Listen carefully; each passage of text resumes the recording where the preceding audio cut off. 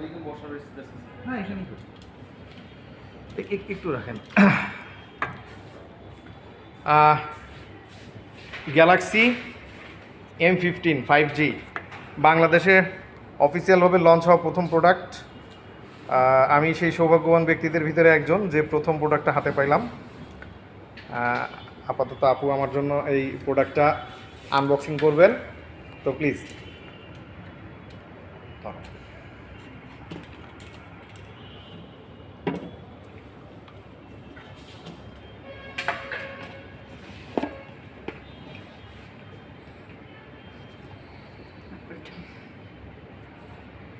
বাংলাদেশের মার্কেটে স্যামসাংয়ের এ পর্যন্ত এইটাই মনে হয় 5Gর সবচেয়ে কম দামি সেট, যার ব্যাটারি 6000 এমপিআর।